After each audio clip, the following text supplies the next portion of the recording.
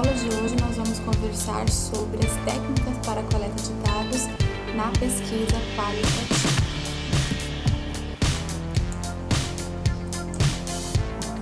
Os objetivos da nossa aula de hoje são: primeiro, apresentar as técnicas de amostragem em pesquisa qualitativa, apresentar o conceito de triangulação em pesquisa qualitativa, apresentar as principais técnicas para a coleta de dados em pesquisa qualitativa, como as entrevistas que podem ser estruturadas, qualitativas ou em grupo, as observações que podem ser participantes ou não participantes e os documentos e registros audiovisuais, que também são fontes de coleta de dados para uma pesquisa qualitativa.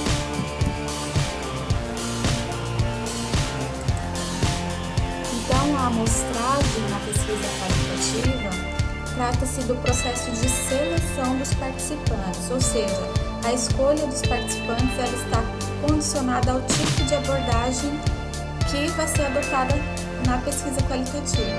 Então, de acordo com o tipo de abordagem, se narrativa, se é uma pesquisa fenomenológica, se é uma pesquisa etnográfica ou estudo de caso, a amostragem também vai seguir aí, as características de cada uma dessas pesquisas, como por exemplo, na pesquisa narrativa, os sujeitos com características que são marginalizados ou que são sujeitos com uma característica importante a ser descrita, ou até mesmo sujeitos com características comuns, são aí características de escolha para poder ser narrada a experiência e a história desse indivíduo. Então, a amostragem vai seguir essas características. Na fenomenologia, a amostragem, a seleção dos participantes, ela vai se dar principalmente tendo em vista a vivência do fenômeno por aquele grupo de sujeitos. Então, todos os sujeitos precisam ter vivenciado o mesmo fenômeno. Na etnografia, a seleção dos sujeitos, ou do local, ou do grupo cultural que vai ser investigado, ele é realizado de acordo com os objetivos do estudo, ou seja, dependendo das características do grupo social que você quer abordar, da cultura que você está investigando, é que você fará a seleção, Então, busca-se os sujeitos que podem responder as perguntas da pesquisa, que podem dar mais subsídios em relação aos aspectos culturais, de comportamento, de crença e linguagem daqueles indivíduos, daquele grupo cultural em específico. Já nos estudos de casos, casos comuns, incomuns na verdade, como os casos intrínsecos e os casos instrumentais, que vão ser selecionados um número de casos, o suficiente que apresente diversas perspectivas do mesmo problema. Então, no estudo de caso, a depender do tipo de estudo de caso, é que você vai fazer a amostragem tendo em vista, que esses casos precisam responder a pergunta de pesquisa que se tem interesse, Dependendo aí do tipo de abordagem, do tipo de estudo de caso, se é intrínseco ou se é instrumental. Principais de amostragem: a amostragem intencional, a amostragem por conveniência ou a amostragem do tipo bola de neve, ou snowball. Na amostragem intencional, usa-se na pesquisa qualitativa a fim de possibilitar ao pesquisador selecionar sujeitos, ou locais de interesse do estudo de forma intencional para melhor compreensão do problema de pesquisa.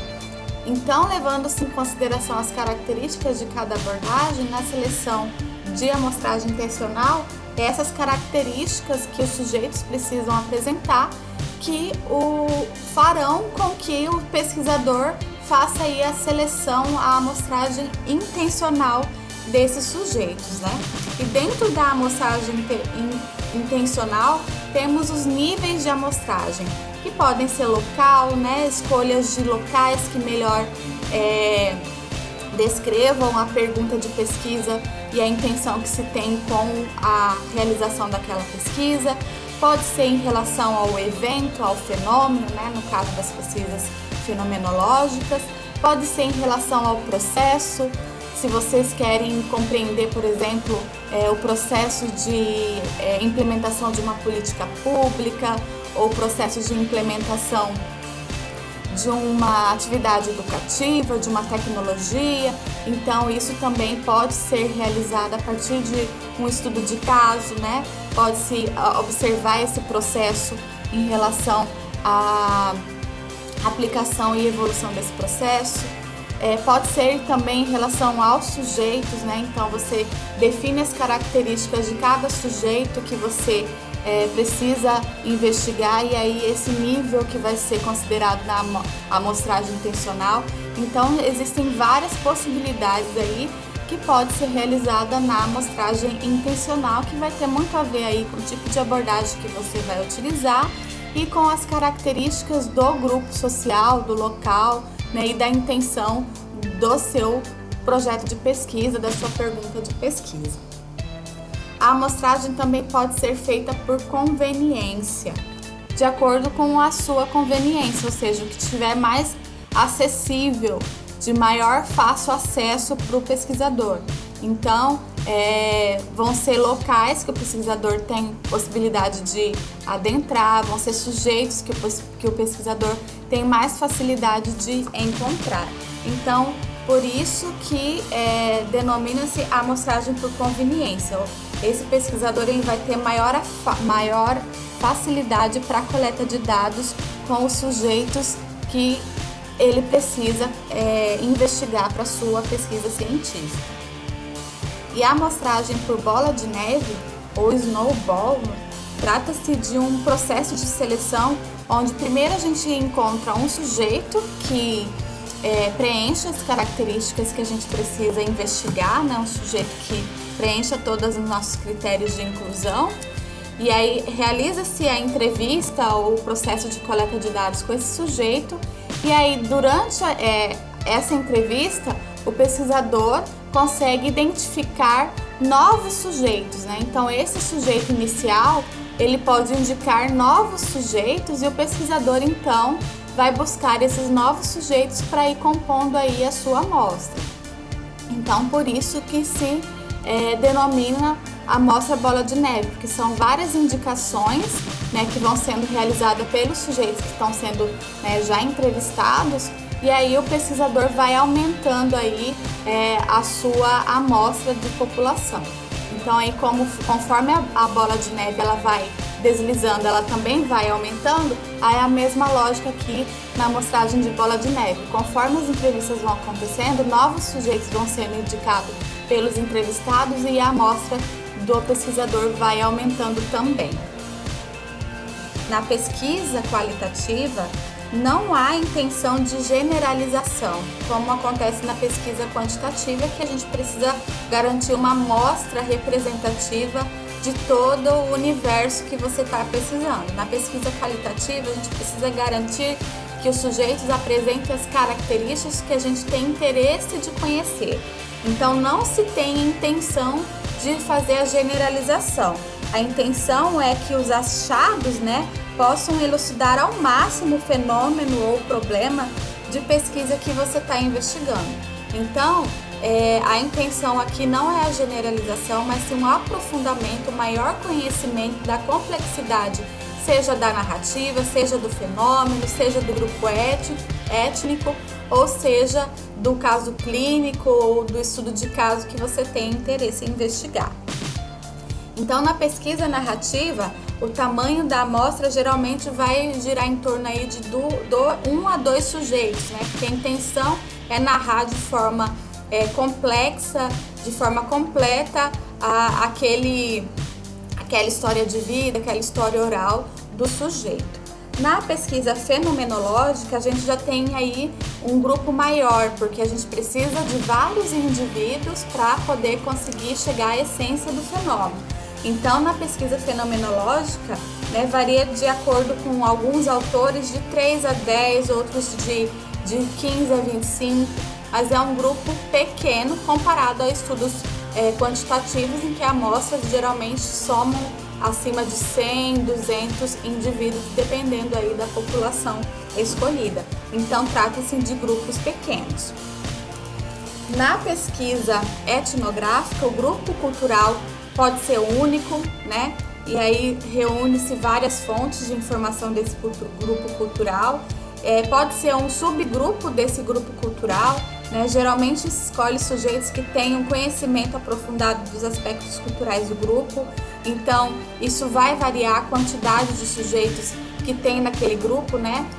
Você precisa conseguir alcançar um número máximo de sujeitos que tragam maior número de características, né? E de especificidades daquela cultura. Então não vai ter um número específico, mas geralmente indica-se um único grupo específico para análise, para investigação. E nos estudos de caso, né, geralmente de 4 a 5 casos, quando são estudos coletivos, que possam possibilitar o detalhamento do evento em investigação. E lembrando-se que quanto maior o número de casos, né, maior a quantidade de informações que vão ser geradas, ela também vai diminuir a profundidade naquele estudo de caso, né? Vai haver uma diluição do detalhamento de cada caso. Então, procure-se aí um número pequeno de casos, né? Não pode ser muitos casos, mas que sejam casos que consigam detalhar de forma aprofundada aquele evento que você pretende investigar. A gente precisa conhecer agora um dos conceitos mais importantes na pesquisa qualitativa, que traz uma das características importantes da pesquisa qualitativa, que é a triangulação, né?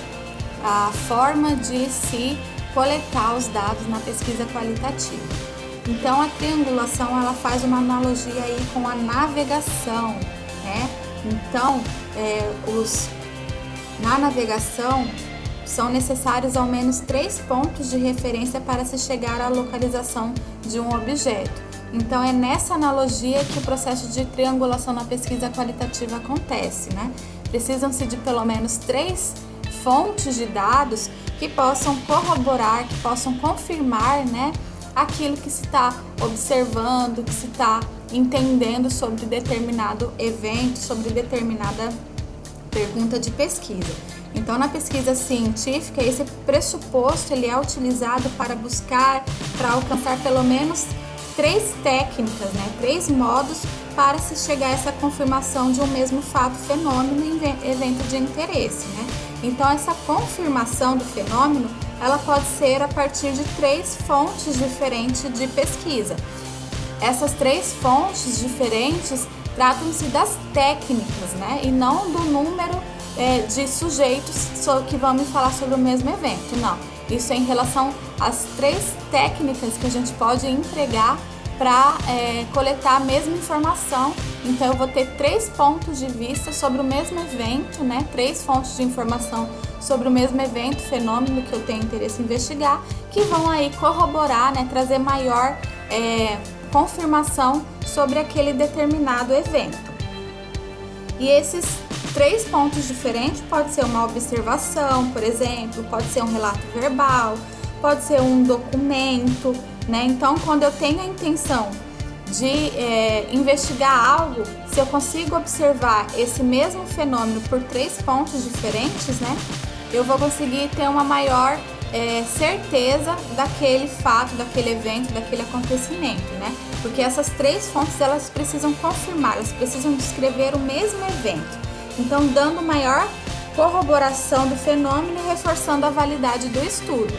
Então, a triangulação em pesquisa qualitativa vem nesse sentido de dar maior validade, né, ao que está sendo investigado, ao que está sendo interpretado do fenômeno em questão nas pesquisas qualitativas. Então, por exemplo, se eu tenho aqui o meu fenômeno de interesse, né, essa minha pergunta de pesquisa é saber o processo de adoecimento de uma determinada doença em específico. Por exemplo, pode ser uma pergunta de pesquisa, um interesse que eu tenha de estudo. Então, para eu conseguir aprofundar maior no conhecimento desse fenômeno, né, e saber que aqueles relatos eles podem ser corroborados com outras fontes de informações. Por exemplo, eu posso escolher uma pesquisa, um estudo de caso, fazer entrevistas com essas pessoas que estão vivenciando esse processo de adoecimento, eu posso ao mesmo tempo, né, fazer a observação desse indivíduo, né, no momento de internação e observar como que se dá aí o processo de adoecimento desse indivíduo. Eu posso utilizar os prontuários médicos desse indivíduo, né? E aí eu posso fazer aí a triangulação dessas informações, né? Eu posso corroborar que, por exemplo, o diagnóstico médico que foi descrito de forma oral pelo indivíduo, os sintomas eu posso corroborar aqui de acordo com o que está sendo descrito aqui no prontuário médico da internação. Eu posso observar esses sintomas a partir da observação não participante ou participante da internação desse indivíduo. Então eu vou ter várias fontes que vão me dar subsídios sobre o mesmo evento. Isso vai trazer maior validade para a minha pesquisa. Eu sei que a pesquisa qualitativa é uma característica ideal, a triangulação das fontes de informação para me dar maior validade, para que eu consiga alcançar maior validade nos resultados que eu vou encontrar na minha pesquisa. Então agora eu posso escolher quais dessas técnicas, né, em pesquisa qualitativa a gente pode usar. Então dentro da pesquisa qualitativa a gente tem 3 principais técnicas que são comumente utilizadas para desenvolver uma pesquisa qualitativa. As entrevistas, né, que podem ser entrevistas estruturadas, semi-estruturadas, ou entrevistas qualitativas ou também não estruturadas, também é conhecido dessa forma, com essa nomenclatura. Nós temos as observações, que podem ser observação participante ou não participante, e aí vai depender aí do grau de intervenção ou não do pesquisador no campo.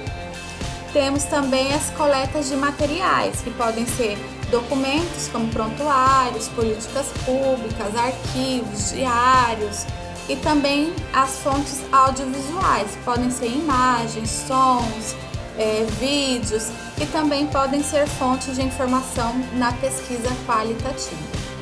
Então as entrevistas, elas podem ser estruturadas ou qualitativas, né? E dentro aqui das entrevistas estruturadas, a gente também tem as entrevistas semi-estruturadas, né?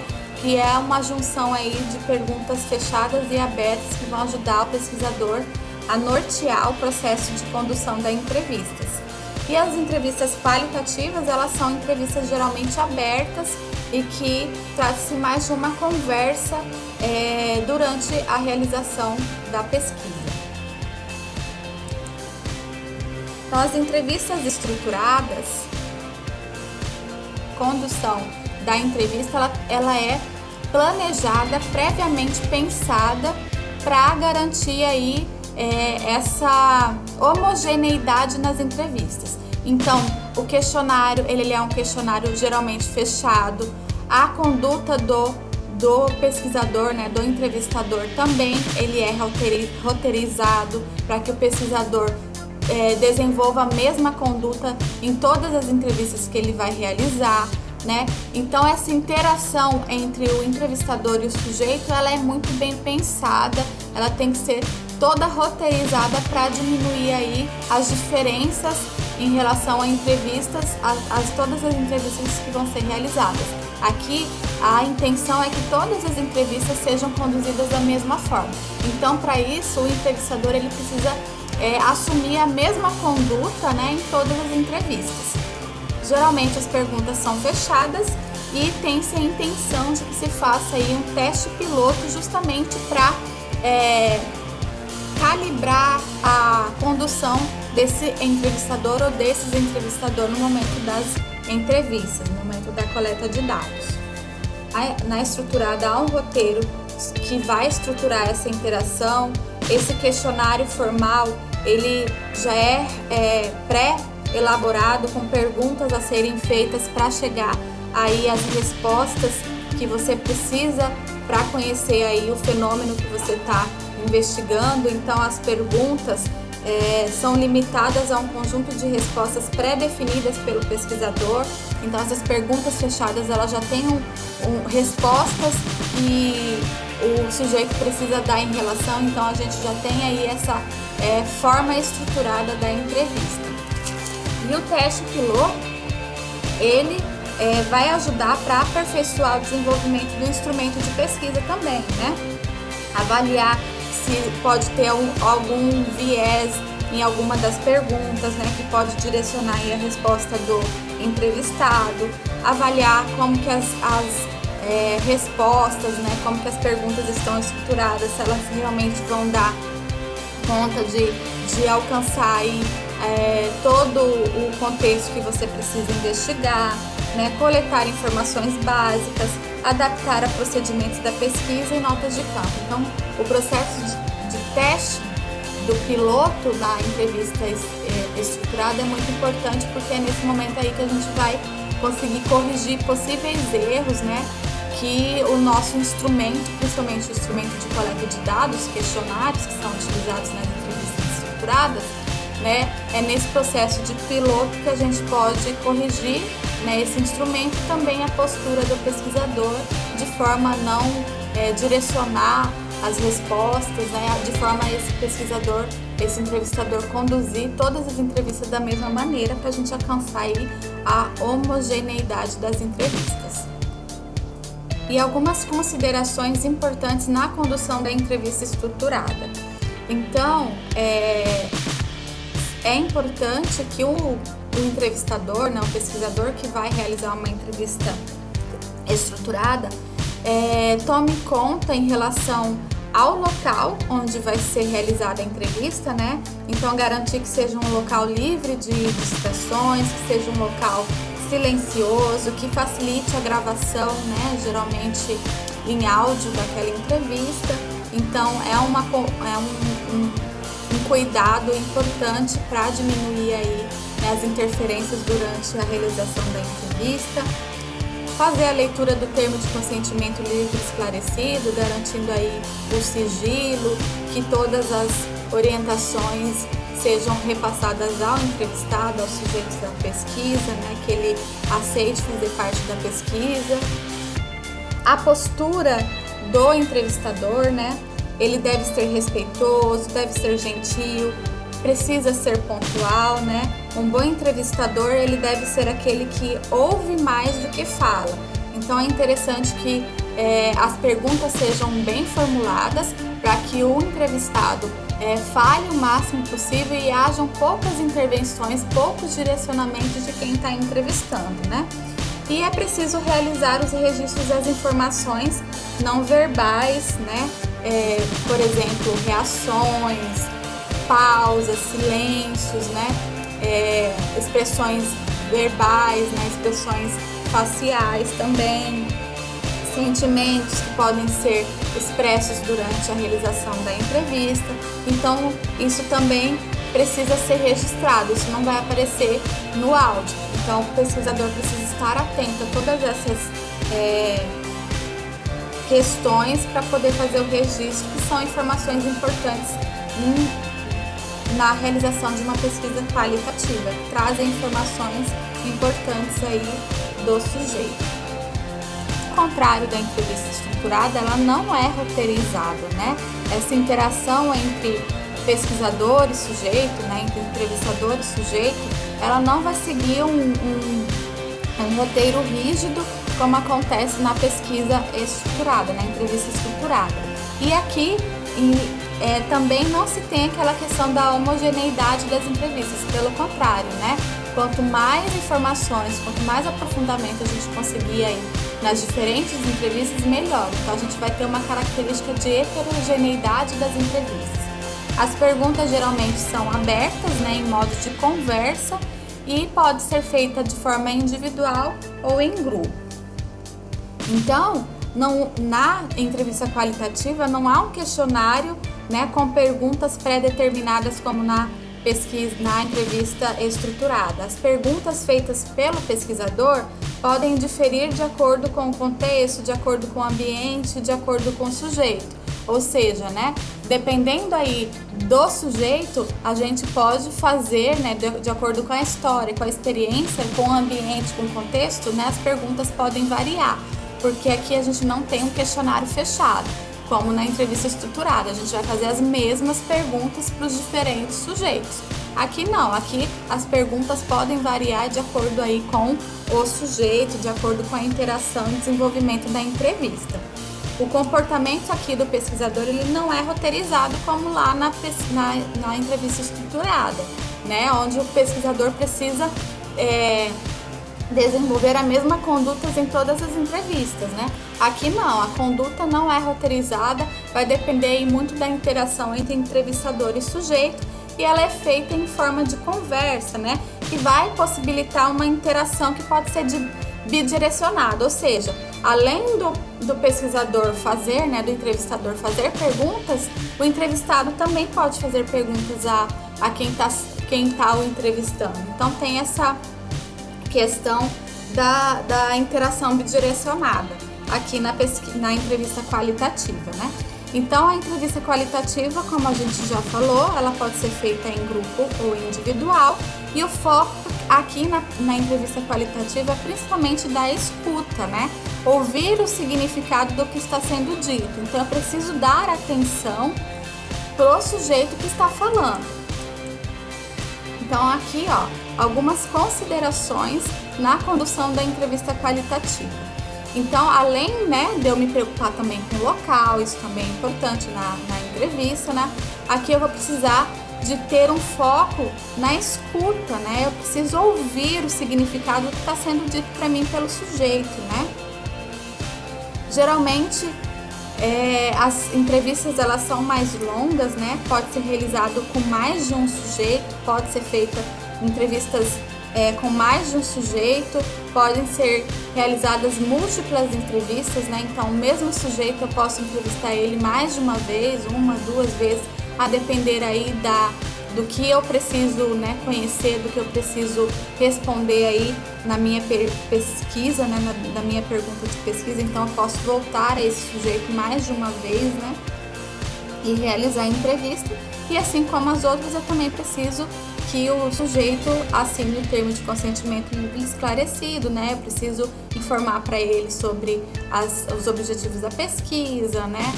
Sobre o sigilo da pesquisa, sobre as intenções da pesquisa, quem são os pesquisadores, como comunicar com os pesquisadores, todas as questões que são importantes aí em relação à condução ética de uma pesquisa. Agora a gente vai trazer algumas dicas para conduzir uma entrevista qualitativa. Então a gente precisa falar moderadamente, né? Fazer perguntas que gerem uma resposta longa e rica e evitar de sair daquelas respostas sim e não. Então, quando eu for começar uma entrevista qualitativa, eu preciso buscar perguntas que o sujeito vai discorrer sobre o evento, discorrer sobre o fenômeno, né? E não que ele me limite só a respostas de sim e não, né? Por exemplo, se eu estou na atenção básica e eu quero fazer uma entrevista, estou fazendo uma entrevista com um usuário da atenção básica, e eu chego e pergunto para ele: o senhor está gostando do atendimento da enfermeira aqui da atenção básica? Aí ele vai responder sim ou não. Não, a gente tem que realizar perguntas que façam com que ele discorra, né?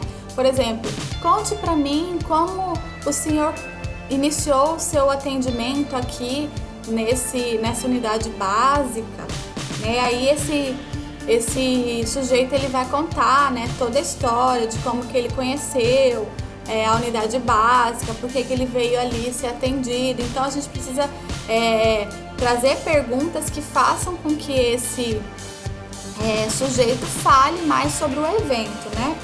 Ou seja, você tem que se colocar pouco aqui, mas as perguntas precisam ser bem pensadas para fazer com que o sujeito discorra mais sobre a pergunta. A gente precisa evitar várias perguntas na mesma pergunta, né? Então isso dificulta aí o entendimento do sujeito. Então a gente precisa fazer uma pergunta ampla, bem feita e formulada, mas apenas com uma pergunta, né? E não várias perguntas dentro de uma pergunta só, ou várias perguntas uma atrás da outra, sem nem dar a possibilidade de o sujeito falar sobre o evento, né? A gente precisa demonstrar interesse pela resposta que está sendo dada, então a gente tem que olhar, acompanhar, né, a resposta, de forma com que o sujeito consiga perceber que você está interessado, que você está, né, acompanhando aí a resposta dele. Outra dica importante é utilizar as perguntas de seguimento. Fale-me mais um pouco sobre esse evento, né? Como assim? Explique mais esse ponto, descorra mais sobre esse fenômeno, sobre esse dia. Então você vai fazendo perguntas que vão dando seguimento, né? Vão dando maior profundidade ao que você precisa entender sobre a entrevista, que você precisa das informações que você precisa obter na entrevista. Outra questão importante, não ser diretivo, né, na pesquisa, numa entrevista qualitativa, ou seja, não sinalizar uma sequência de temas, porque a gente precisa ter um roteiro, né, a gente precisa ter algo que nos ajude a chegar ao nosso objetivo, né, a gente precisa que essas entrevistas elas deem conta de responder o nosso objetivo de pesquisa.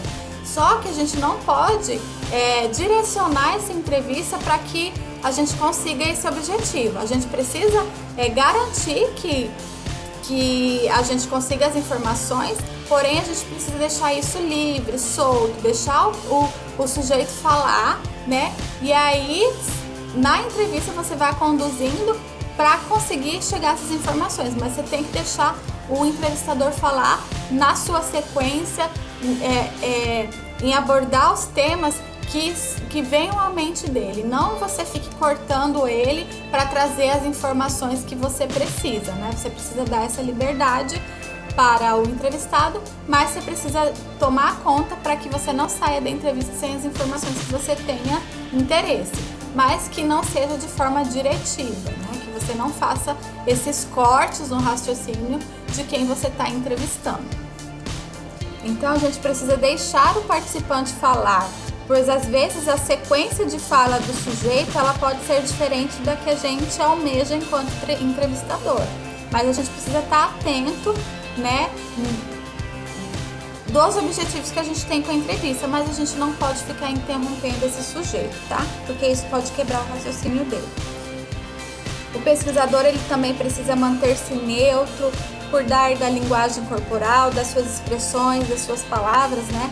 Então, durante a entrevista, evitar ao máximo, né, qualquer tipo de expressão que possa demonstrar um julgamento, né? Você precisa demonstrar atenção e interesse no que está sendo falado, mas você não pode fazer um juízo de valor, né? Ou uma palavra ou algum comentário que possa constranger, um olhar, né? Uma expressão que possa aí constranger esse entrevistado. Né, precisa se manter uma boa relação, né, evitar conversas que possam constranger ou prejudicar as outras pessoas. Então, durante uma entrevista, a gente tem que ter essa postura ética, né, de não estimular, né, falas ou trazer informações que possam prejudicar outras pessoas que não estão ali naquela relação entrevistador e entrevistado, tá? Já as entrevistas em grupo, né, também que são conhecidas como grupo focal, são entrevistas que são realizadas com pequenos grupos, geralmente de 3 a 5 pessoas, né, ou grupos moderados de 5 a 20 indivíduos. Na condução de uma entrevista em grupo, né, o pesquisador geralmente, né, é que vai fazer o papel de moderador, né, de que vai coordenar aí essa entrevista em grupo, e tem-se a intenção que tenha também um observador que vai anotar, né, várias informações não verbais dos entrevistados, né, da condução do grupo. Existem algumas técnicas para promover a discussão do grupo, né, algumas dinâmicas que ajudam a desenvolver a conversa no grupo, né, formas de se inserir, né, as perguntas também. São técnicas específicas para a condução de uma entrevista em grupo, que podem ajudar o moderador aqui na condução dessa entrevista. Precisa-se ter cuidado com alguns sujeitos que podem dominar a fala, né? Então, em entrevista em grupo, às vezes 1 ou 2 sujeitos, indivíduos que estão sendo entrevistados, eles dominam as falas e outros sujeitos já ficam, né, mais silenciados. Então o moderador vai ter um papel importante aqui em controlar, né, essas falas exageradas de alguns sujeitos e o silenciamento de outros, então precisam acessar técnicas que estimulem esses sujeitos mais silenciados a participarem mais, né? Dar oportunidade desses outros sujeitos que falam bastante, mas também, né, trazer e estimular outros sujeitos mais silenciados. Então tem que ter esse equilíbrio aí, o moderador tem que dar conta de equilibrar essas questões durante o desenvolvimento de uma entrevista em grupo. Não influenciar e não direcionar as respostas, né? Então não fazer com que o grupo responda o que você quer, que você direcione, né, as respostas do grupo. Então, ou seja, não dar ênfase demais a uma fala somente, né, uma opinião somente, trazer aí os contrapontos, né, durante a discussão, para que o entrevistador, o moderador, ele não direcione, né, a hegemonia de apenas uma fala, de apenas uma opinião, mas que tenha esse contraponto, que todo mundo consiga falar, que os diferentes pontos de vista possam ser acessados aí durante a discussão do grupo. Por exemplo, fazer um grupo de pais, né? Se eu tenho uma pergunta de pesquisa que por exemplo, compreender como se dá o processo de paternidade em um grupo de homens, então eu preciso reunir homens que tenham passado pela essa experiência, né? Então, essa conversa, ela precisa acontecer com esses homens que passaram por essa experiência, e aí eu preciso, né, fazer com que os indivíduos discorram sobre essa experiência, tragam seus pontos de vista, suas dificuldades, né, suas observações em relação a esse processo, em relação a essa vivência. É um exemplo, né? Existem muitos grupos feitos com gestantes adolescentes, né? Com pessoas que passaram por mesmo processo de adoecimento, pessoas que passaram por luto, né? Então vai depender aí do tipo de interesse, de pergunta e de objetivo de pesquisa que você tem. Mas essa é uma característica importante das entrevistas que são feitas em grupo.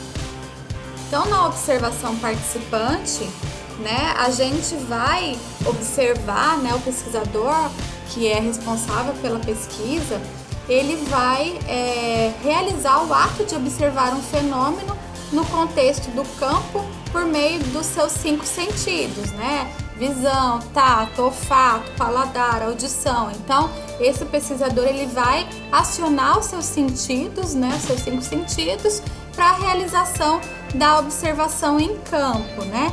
E o próprio observador é que vai ser o instrumento de pesquisa que vai registrar tudo de acordo com a intenção, de acordo com o problema de pesquisa. Então, nessa observação participante, o pesquisador, ele vai estar atento ao ambiente, né, onde ele está coletando seus dados, onde ele está fazendo a observação participante, que pode ser uma unidade de atenção básica, pode ser uma consulta de enfermagem, pode ser um processo de parto. Então vai depender aí, né, da pesquisa, do que se tem intenção de realizar, né?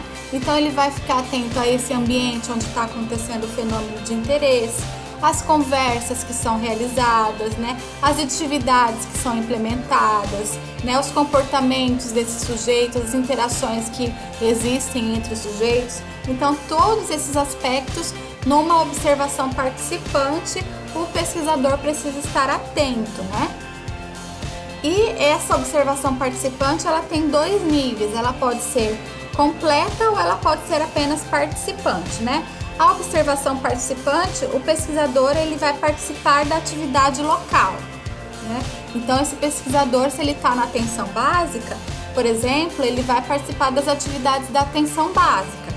E já a observação participante completa, o pesquisador, ele está totalmente envolvido com os sujeitos que está observando. Ou seja, né, ele está interagindo, ele faz parte daquele ambiente, né, daquele meio onde ele está observando. E já na observação participante simples, né, apenas, esse pesquisador, ele vai estar ali participando, mas ele não tem essa interação, ele não está totalmente envolvido com os sujeitos como na observação participante completa, tá? Já na observação não participante, o entrevistador, ele é externo ao grupo, né? A pessoa que está observando, na verdade. Então, da mesma forma, ela pode ser completa ou uma observação apenas, né? Então, na observação não participante completo, o pesquisador não é visto e nem notado pelas pessoas do estudo. Então, na observação não participante completo, então o pesquisador ele precisa estar muito neutro, né? Ele não pode nem ser percebido ali pelos sujeitos em questão. Já na observação não participante, né?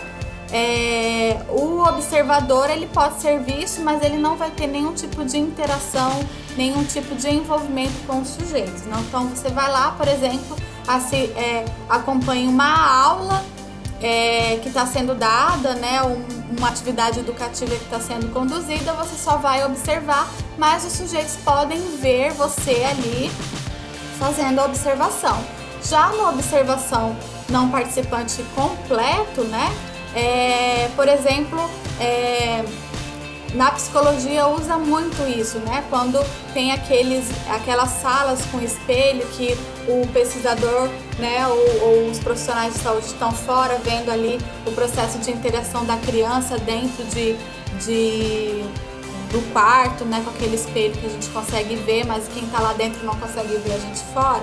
Então é um tipo de observação não participante completo, onde o sujeito não percebe, ele não sabe que você está ali observando ali as interações, as ações daquele grupo, né, daquele indivíduo. E a coleta de materiais, documentos, né, que podem ser documentos ou materiais audiovisuais. Então, como exemplos de documentos que a gente pode coletar, que podem fazer parte aí do rol de fontes de informação, estão os diários do sujeito. Então, você como pesquisador pode pedir que o próprio sujeito faça um diário sobre a experiência, sobre o processo de adoecimento, por exemplo, né? Então, isso pode ser uma fonte de informação documental, cartas, documentos públicos, fotos, prontuários e registros médicos, entre outras fontes documentais que podem ser utilizadas aí como fonte de informações para a pesquisa qualitativa. E os materiais audiovisuais, né, podem ser utilizados vídeos, filmes, sons, e-mails, mensagens, objetos que possam representar alguma lembrança do sujeito, né, um presente, um objeto que traga lembranças, né, que tragam informações. Você pode desenhar esse objeto, você pode tirar foto desse objeto, né, e essas informações, esses relatos que o sujeito fala sobre esse objeto pode ser aí uma fonte de informação importante na tua pesquisa. Então, são outras ferramentas que podem ser utilizadas para complementar aí a informação e trazer, né, aquele conceito de triangulação importante na pesquisa qualitativa. E a gente tem protocolos que nos ajudam a conduzir tanto a entrevista, né, quanto a observação, né, a fazer os registros dessas entrevistas e dessas observações, tá? Então, na entrevista, além de você poder gravar, né, desde que autorizado pelo sujeito, gravar a entrevista, porque facilita, porque daí o entrevistador não precisa ficar o tempo todo escrevendo e deixar de prestar atenção no que está sendo dito pelo entrevistado. Alguns instrumentos, né, alguns protocolos nos ajudam aí a não deixar passar nenhuma informação durante a entrevista, ou então um protocolo de observação pré-definido que o pesquisador vai conduzir para não deixar de observar nenhuma questão, nenhum ponto importante aí da observação. Então, um exemplo desse autor, John Creswell, de 2014, né, é um protocolo de entrevista que ele traz. Então, nesse protocolo de entrevista é bom porque tem um cabeçário, onde você vai colocar aqui do que se trata, né, a entrevista, a hora que ela foi realizada, a data, o local, quem foi o entrevistador, quem foi o entrevistado, como que foi aí a disposição da entrevista. Isso também são informações importantes, né?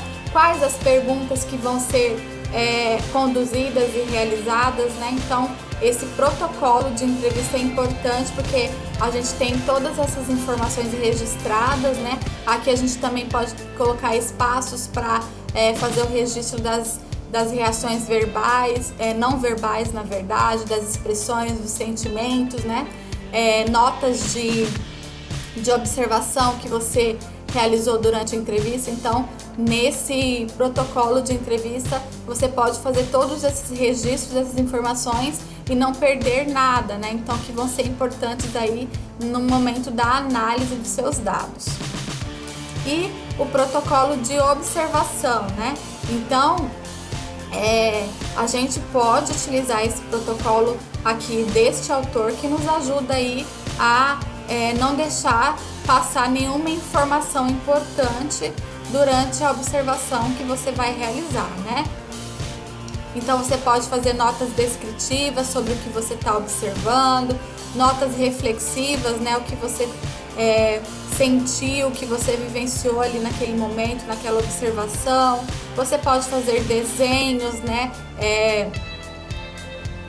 Demonstrando como que está a disposição do local, como que está a interação ali entre os sujeitos, né? Então, são observações que pode te ajudar na condução de um protocolo de observação, para você não deixar passar também nenhuma fato ou acontecimento ou interação que seja importante ali para o teu objeto de pesquisa, para a tua questão de pesquisa.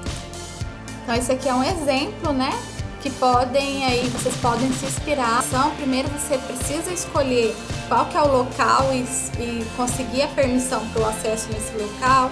Você vai identificar quem e o que você vai observar, né? Por quanto tempo você vai fazer essa observação.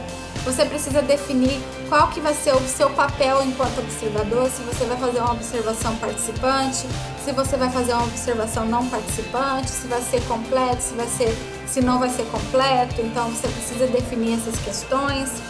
E aí, você precisa trazer esse protocolo, ter em mãos esse protocolo que vai ajudar você a registrar essas observações, tanto as descrições quanto as reflexões, local, data, hora, quais sujeitos participaram da atividade, né? Tudo que esteja relacionado ali ao teu projeto, à tua necessidade.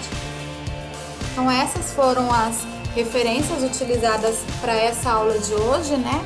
E assim como nas duas aulas anteriores, essa aula não vamos ter uma atividade avaliativa nessa semana. Então, a próxima aula, que é a aula de análise dos dados, aí a gente vai ter uma atividade avaliativa englobando tanto esse conteúdo de hoje quanto o conteúdo de análise dos dados, ok? Então, em relação às técnicas de coleta de dados, era isso que a gente tinha para conversar. São as principais técnicas de coleta de dados, a forma como a gente vai selecionar esses sujeitos locais, né, a forma como a gente vai trabalhar a triangulação dos dados, né, como a gente vai coletar esses dados.